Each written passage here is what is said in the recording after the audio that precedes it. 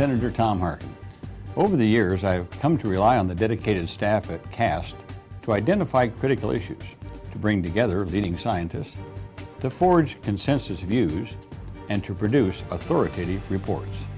Nobody does a better job of analyzing and interpreting the whole body of research on a particular issue and making policy recommendations informed by science and not speculation.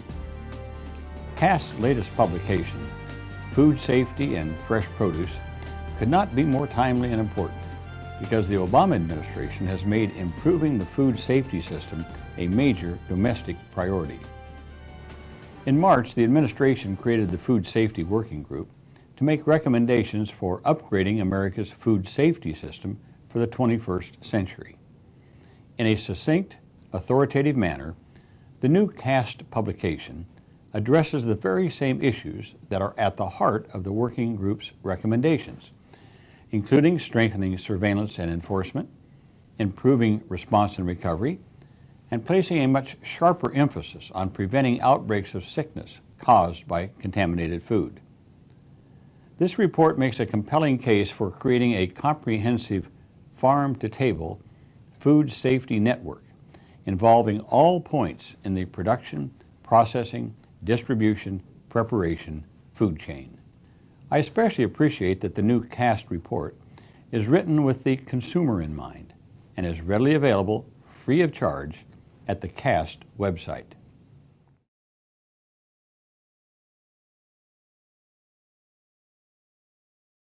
Now, we know that consumption of fresh fruits and vegetables has gone up in the United States, and that's a good thing. If we look particularly at the consumption of fresh vegetables, we see that that's increased quite dramatically in the last several years. That is largely due to the availability of new products on the market that didn't exist before. If you think about bagged salads, you really didn't find those prior to about 15 or 20 years ago. That's a new product, tremendous sales in the market these days, and people love it. And it's healthy. It's good for us. Unfortunately, there have been some downsides to this. We can see that the rate of foodborne illness associated with fresh produce has increased dramatically. Now, you may remember 2006, that was the year of E. coli in fresh bagged spinach. And we saw that spinach really disappeared off the market for a period of about 3 to 4 months. Tremendous losses in the industry. And of course, that's on top of the couple hundred people who became ill, and 2 or 3 actually did pass away from that. So this is an issue, it's a real issue, and the rate of foodborne illness has actually increased more rapidly than the rate of consumption. If you look at the period from 1973 to 1997, we had 190 outbreaks associated with fresh produce. But if you look at 98 to 2004, those 6 years, 384.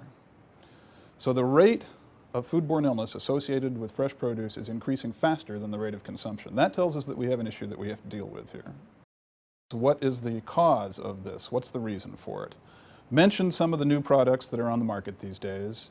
That's one of the reasons. Consumption has gone up and there are new products that didn't exist before.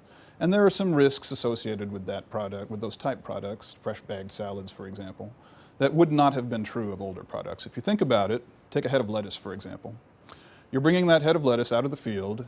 If it should happen to become contaminated at some point, if that is being sold as an intact head that someone takes home, chops up, makes into a salad, well, you have one family most likely that's at risk from that.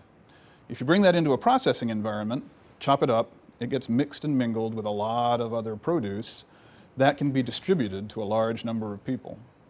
And we think that's part of the reason why we're seeing more of this happening these days, more of these foodborne illnesses. The other thing that's happening,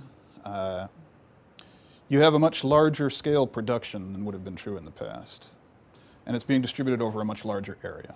So you've got these products going out to multiple states, large regions. So if there is a problem in one processing facility, it can potentially affect a large number of people. That's part of the issue too. Another part of the issue is we simply have better surveillance than we did in the past. We can track these foodborne illness outbreaks much more thoroughly than was true even 10 or 20 years ago. We have DNA fingerprinting, we have other technology that allows us to identify particular microorganisms that might be associated with an outbreak and trace that back. And so we're much more aware of these things than we used to be.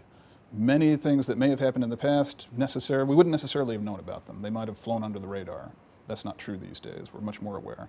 That's part of what's going on. So we do have, we think, a very real increase. We also have more awareness of what's happening. And it's possible that we actually have increased susceptibility to these foodborne pathogens than was true in the past. And part of that is the result of our own success. We have the safest food supply in the world. It's important to remember that. And our food is, by and large, very safe.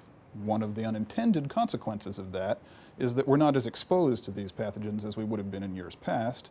We don't necessarily have the resistance to them that we would have. On top of that, the population is aging a bit, on average, and we know that that can increase the susceptibility too. People's immune system doesn't function as well.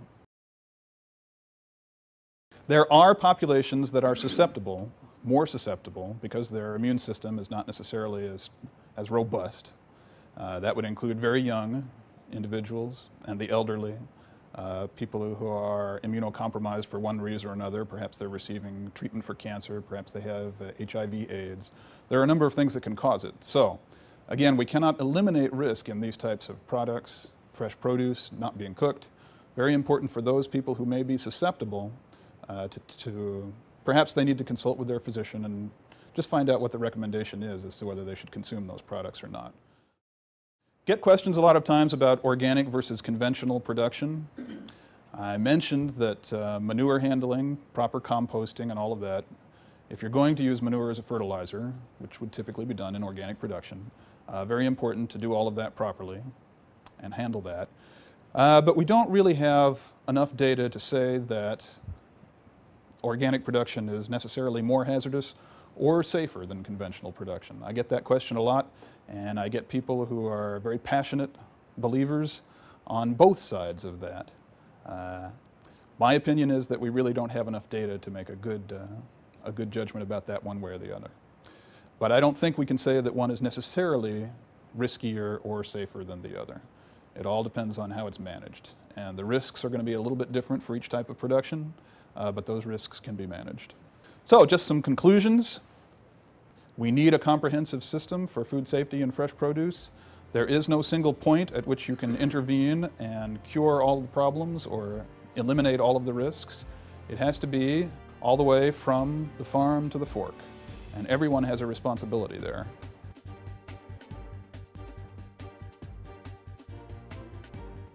This report could not be more timely. Certainly it will be an invaluable resource to my colleagues and to me on the Senate Committee on Agriculture, Nutrition, and Forestry as we write legislation to reform and modernize America's food safety system.